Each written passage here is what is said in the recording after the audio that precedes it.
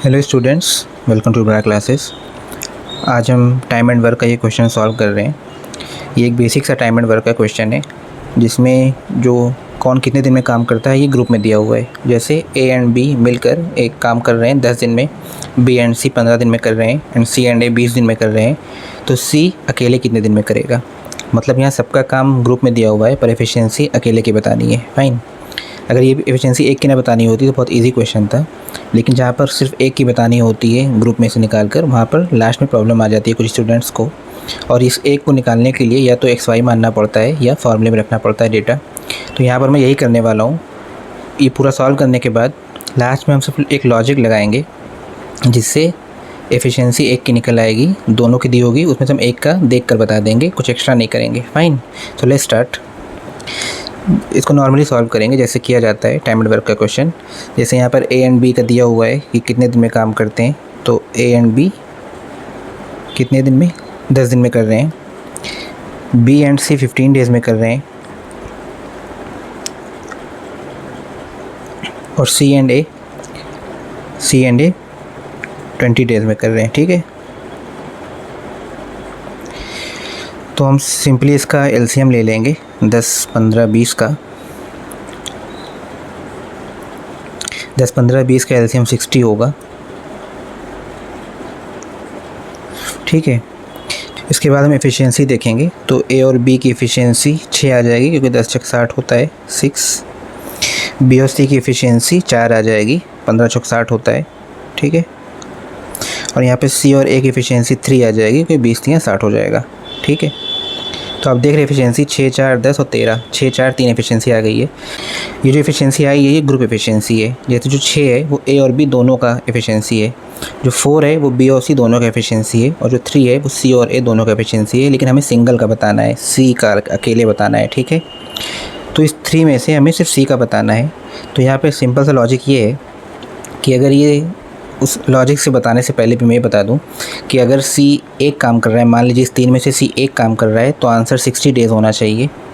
अगर सी 2 काम कर रहा है तो आंसर 30 डेज़ होना चाहिए।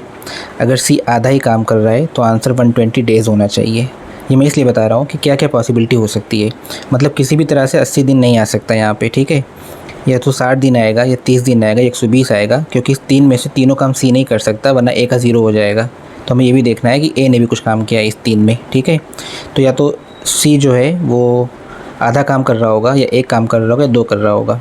बस हमको ये मैं आपको एक्सप्लेन कर रहा हूँ इसलिए टाइम लग रहा है, लेकिन एक बार आपको समझ में आ गया तो आप देख कर बता देंगे कि कहाँ पे ये फिट बैठ रहा है। ठीक, जैसे सी और ए में सबसे छोटे से स्टार्ट करेंगे। ठीक है, जैसे मैंने कहा कि आधा भी हो सकता है क्योंकि आंसर में 120 भी है, तो आपको ऑप्शन देखने के बाद यहाँ पे ट्राई करना है। मैंने देखा ऑप्शन में 120 भी है और 60 ही काम है, तो 60 काम को अगर कोई आधा ही कर रहा है तो डबल लगाएगा ना, तो 60 का डबल 120 हो जाएगा, मतलब 120 भी पॉसिबल आंसर है। तो हम आधा ही पहले मान लेंगे। मान लिया हमने कि 3 में सी और ए दोनों की एफिशिएंसी जो है, जिसमें से सी ने सिर्फ हाफ काम किया है और ए ने 2.5 काम किया है।